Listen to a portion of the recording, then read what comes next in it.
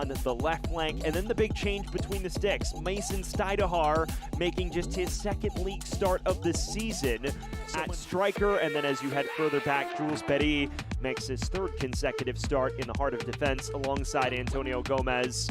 From 7th to 10th in the West, right now on 24 points. This fixture could go a long way into determining what the top 8 looks like come evening's end. And we are underway from Harriman, Utah. It is Real Monarchs and Austin FC2 for the first and only time here in July. Sam Goldfarb bringing you all of the action. Piece 4 teams from 7th to 10th in the West, right now on 24 points. This fixture could go a long way into determining what the top 8 looks like come evening's end. And we are underway from Harriman, Utah. When they're involved in a slick move on one end, it buys players time to maintain their defensive solidity. But here's a giveaway. This is Brook latching onto it, trying for goal, parried, just beyond the reach of Anderson. Now falls to Moisa.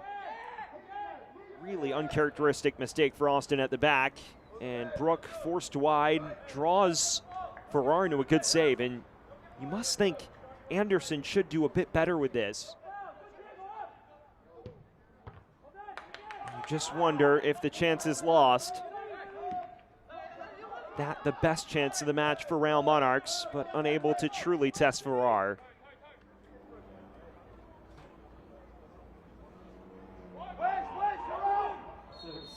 Taken short, and too quickly for the referee's liking, it seemed.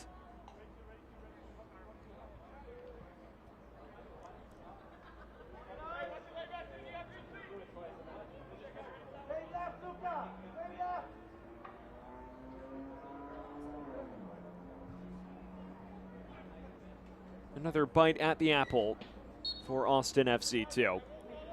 Irvin Torres in the vicinity of this corner. Taken short. Decent cross. Comes all the way out to Abarca. Did hit it first time and knuckled well beyond his intended target.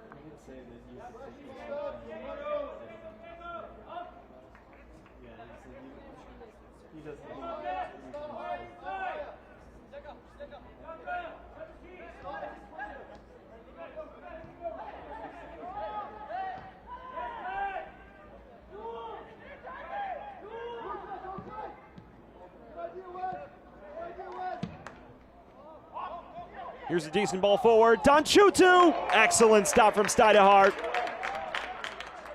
Terrific ball forward, and he hits this with relative acrobatics. Forces us. That will be where we leave things. Well, at halftime, nothing to separate these two sides in a cagey contest. Our score at the half is Real Monarchs 0, Austin FC 2-0. In a few standout moments on the break, it sets the stage for an intriguing one in the second half. We are back underway from Zions Bank Stadium. Still all to play for in this massive top 10 six-pointer, a match that could define how the top 8 looks come evening's end. On the other end of things, Charlie Farrar only forced into one legitimate save and handled it relatively well, although if not for Owen Anderson being a couple footsteps in front of the rebound, it could have been 1-0 Monarchs rather quickly.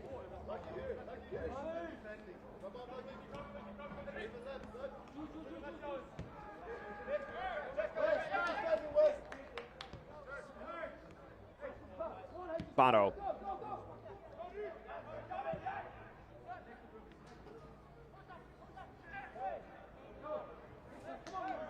Moisa. This is Lachlan Brook, one of the brighter bulbs for Real Monarchs in that first half. Cutting inside, trying to drive it low towards goal, and wound up being rather comfortable in the end for Charlie Farrar.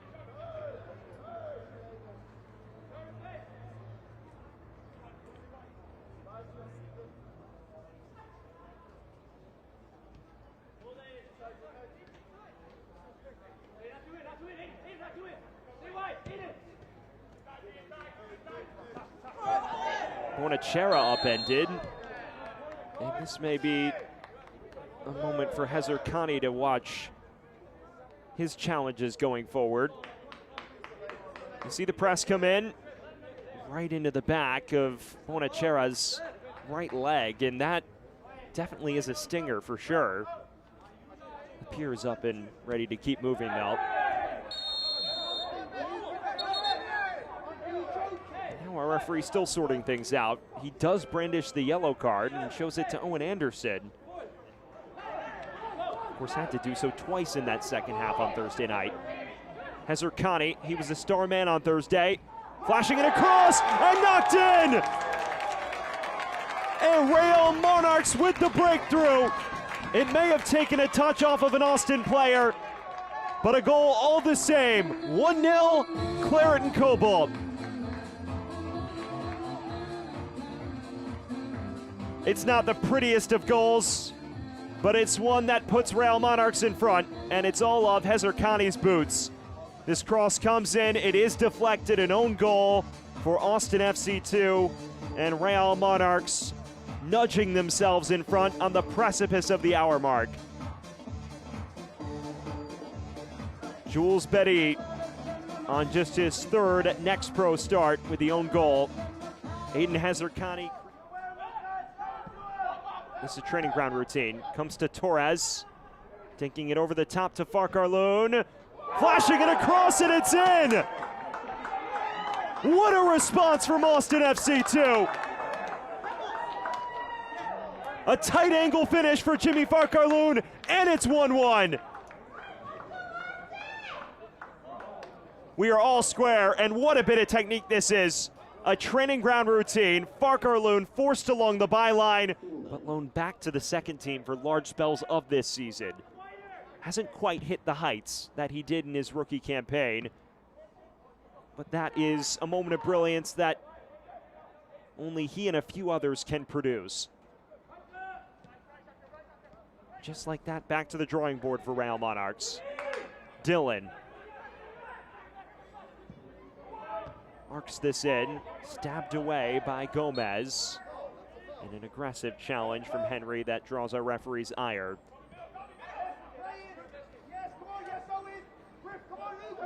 Space on the break now for Austin. Alastwe curling inside. Shot blocked. Torres's follow-up is just over the bar. Pulling into an open end-to-end affair, and that favors Austin. This is why. Jorge Alastwe curling onto that right foot. Effort deflected, and then how about this? First time. Things have kicked into high gear here in the Salt Lake Valley. Anderson. Brooke. Masales with plenty of space on the left side. Back in for Lachlan Brooke.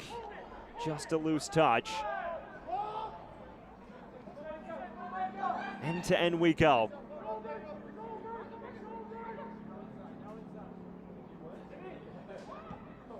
Cross in, dangerous, Grogan! Austin is back in front. No, they are not. The flag is raised. A false alarm. At the last minute, the flag shoots up as Grogan taps it into the net. A rapid counter, and this is where Austin can be so dangerous at times. Grogan appeared he timed. Plenty of options now going forward for Real Monarchs. Marquez. Curling it towards goal, and it is right at Charlie Farrar in the end. Barea playing this back. Once again, numbers for Monarchs. Is potentially dangerous. Low driver from Masales. A decent stop there from Farrar, who did just enough. And you already see the danger that Ruben Masales poses on that left-hand side. A very assertive left back. First corner of this second half for Real Monarchs. And we are well into the final 10 minutes now.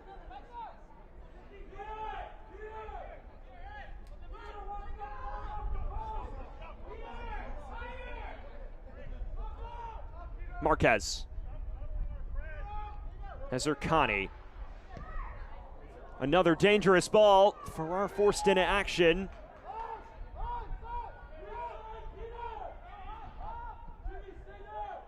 Berrios. Floated cross, just nodded away for another corner. More Monarchs changes coming in a matter of moments. Tommy Silva, as well as Brian Sandoval, will enter rather shortly. Hearing word that Silva will replace Ruben Massalas. That has been an ongoing battle for the starting spot at left back all year long since Silva's early season hamstring injury. Mark Lowry mentioning it is still a very open case. In swinger, decent flick on and just taken over the bar. And now the change is taking place. Substitutions for the Real Monarchs. In the 83rd minute, leaving the match number 77, Ruben Massalas. So Silva for Massalas. Also leaving the match number 39, Aiden. Gradually working his way back into the side after that hamstring injury has kept him out for clever negotiation into the thicket of defenders, and that is the full-time whistle. A match. And Stidahar rolls it in. Gonzalez sends Stidahar the wrong way and gets things off to a terrific start to the shootout. Excellent penalty from Adrian Gonzalez, trying to match Gonzalez's brilliance moments ago. And Marquez picks out the far corner with expertise. All square through one round, and 3 of 3 now on the year for the 17. Stutter step and confident finish. And a little wink at Stidahar after the fact. Daniel Cheshla.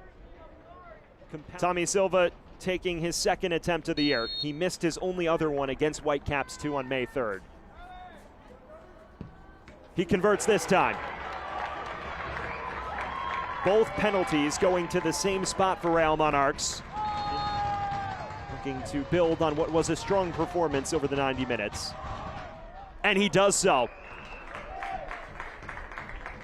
An excellent exhibition of penalty taking both ways. And that right corner is getting hammered at the moment.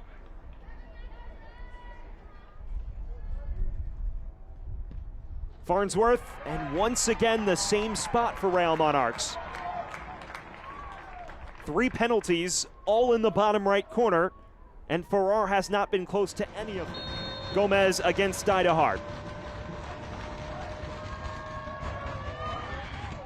And this time it's saved. Austin Blinks, an excellent stop by Mason Stidahar.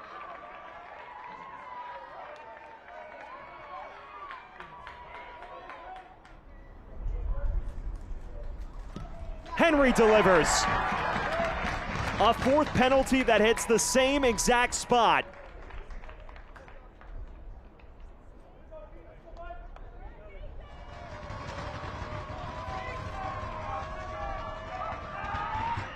No, he does not. Grogan keeps it going, at least for now. Real Monarchs, though, can finish it on the boots of Jesus Barea.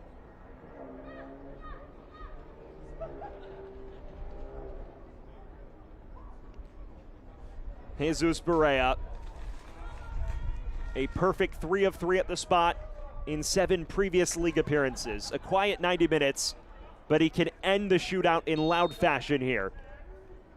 Stares down Charlie Farrar. And Barea just tucks it in. Not the most confident of penalties, but he picks out the top left, and Real Monarchs claims the additional point in the Western Conference table.